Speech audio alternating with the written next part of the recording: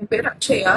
இப்போ சோசியல் மீடியால பரவிட்டு இருக்க வீடியோ எதுவுமே இப்ப எடுத்தது கிடையாது. 2025ல எடுத்தது, ஏப்ரல்ல. இந்த வீடியோ வந்து அவரு தப்பா எதுவும் யூஸ் பண்ணக்கூடாது, சோசியல் மீடியால எல்லாம் போடக்கூடாது அப்படின்னு சொல்லிட்டு ஸ்டேஷன்ல 2 டைம் கம்ப்ளைண்ட் ஆயிருக்கு. கம்ப்ளைண்ட் ஆகி இந்த வீடியோ அவர் யூஸ் பண்ணவே கூடாது, ஏன்னா இது ஒரு ஃபேக் வீடியோ.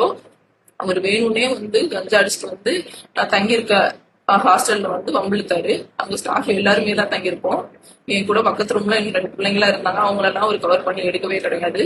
வேணும்னா அவங்களையும் கூட நான் பேச சொல்றேன். இவர் என்னைய மட்டும் கார்னர் பண்ணி நான் வேலைக்கு போக கூடாதுங்கிறதுக்காக பிரச்சனை பண்ணிட்டு எனக்கு மொட்டையெல்லாம் அடிச்சாரு. அந்த மொட்டை அடிச்ச கேஸ்ல கூட இந்த இந்த வீடியோ எல்லாம் போய் காமிச்சு அனுதாபத்தை தேடிக்கிட்டாரு. அவர் சைடு நியாயம் இருக்க மாதிரி. நான் ஸ்லீவ்லெஸ் ட்ரெஸ் போட்டிருந்தேன்னா இல்லைன்னு சொல்லல. ஆனா நைட்ல நான் ஸ்லீவ்லெஸ், அங்க எல்லாருமே ஸ்லீவ்லெஸ் தான் போட்டிருக்கோம். அதை விட குட்டி குட்டியெல்லாம் ட்ரெஸ் போட்டிருக்கு பொண்ணுங்களோட எல்லாம் அவர் அந்த ரூம்ல வந்து பேசி இருந்திருக்காரு. என்னை எப்போ ஊர்ல இருந்து வேலைக்கு கொண்டு போய் விடும்போதும் அந்த பொண்ணுங்கள்ட்ட பேசிட்டு ஜாலியா உட்காந்துட்டு சிரிச்சுட்டு 1 மணி நேரம் அங்கேயே ஸ்டே பண்ணிட்டு கூட அடுத்த நாள்லாம் கிளம்பி சென்னைக்கு வேலைக்கு போயிருக்காரு. சோ இந்த வீடியோவை அவர் தப்பா யூஸ் பண்ணிக்கிறாரு. அவர் வந்து ரொம்ப ஒரு மாதிரி இந்த திருட்டு விஷயத்துக்குலாம் இன்வால்வ் ஆகி கஞ்சா அடிக்கிறது அந்த மாதிரிலாம் பழக்கம் வச்சுட்டு ரொம்ப மனநல பாதிக்கப்பட்ட சைக்கோ மாதிரி பண்ணுவார் அடிக்கடி. அவருக்கு அந்த சைக்கோ கேரக்டர் வந்துருச்சுன்னா அவரை யாராலுமே கண்ட்ரோல் பண்ண முடியாது. கண்ணா பின்னான்னு போட்டு அடிப்பாரு. ஸோ அதனாலதான் நான் 1 இயரா அவர்கிட்ட இருந்து நான் பிரிஞ்சிருக்கேன். இப்ப கூட வாழ வரேன் அப்படின்னு சொல்லிட்டு நான் சிகரெட் எல்லாம் சுட்டு வச்சிருவாரு. ஃபுல்லையும் போட்டு டார்ச்சர் பண்ணுவாரு. நான் வேலைக்குள்ள இருந்தேன்னா ஃபுல்லையை பார்க்க வரணும் அப்படிங்கிறதுக்காகவே ஸ்கூல்லுக்கு ஏதாவது ஒண்ணு பண்ணி விட்டுட்டு அவ்வளவு காயம்.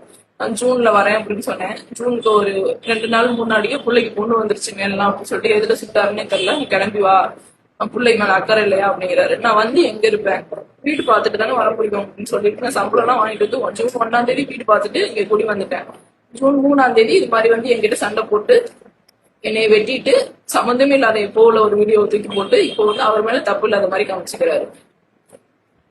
அவர் வந்து தொடர் குற்றவாளி, ட்ரக்ஸ் அடிக்ட் வேற, ரொம்ப டார்ச்சர் பண்ணுவாரு எங்களெல்லாம். சோ அதனாலதான் நான் 1 இயரா பிரிச்சிருந்தேன். இப்ப கூட சேர்ந்து வாழ்றேன்னு சொல்லி வந்துட்டு இந்த மாதிரி பண்ணிட்டாரு ஒரே நாள்ல. அவரோட சேர்ந்து வாழ்க்கைய எனக்கு நல்லா தெரிஞ்சுதான் நான் பிரிஞ்சிருக்கேன். சோ இந்த தப்பா வீடியோ ஷேர் பண்றது, எதா இருந்தாலும் உண்மையை தெரிஞ்சுட்டு அதுக்கிட்ட ஷேர் பண்ணுங்க. இல்ல வந்து உங்களுக்கு அவர் மேல அவ்வளவு அனுதாபம் இருந்தா என் சைடு என்ன நடந்திருக்கு எல்லாமே கேளுங்க. ஒரு நல்ல நல்ல பையன் எல்லாம் கிடையாது. நீங்க வந்து அவருக்கு வந்து அனுதாபப்படுற அளவுக்கு இவ்வளவும் பண்ணிட்டு நம்ம மாட்டிக்க கூடாது அப்படிங்கிறதுக்காக எப்பவோ 2 வருஷத்துக்கு முன்னாடி உள்ள வீடியோ தூக்கி இதோட மேட்ச் பண்ணி அவரு இந்த மாதிரி பண்ணிட்டு போயிட்டாரு. இந்த விஷயம் ரிலேட்டடா நான் லாஸ்ட் இயரே கம்ப்ளைண்ட் கொடுத்திருந்தேன். போன ஆட்சியில அவர் வந்து ஆட்சியோட அதிகாரத்துல அவங்க ஃப்ரெண்ட் சர்க்கிள வச்சுட்டு இதுல இருந்து எந்த ஒரு நடவடிக்கையுமே அவருக்காக கணவர் பக்கம் எடுக்கவே இல்லை.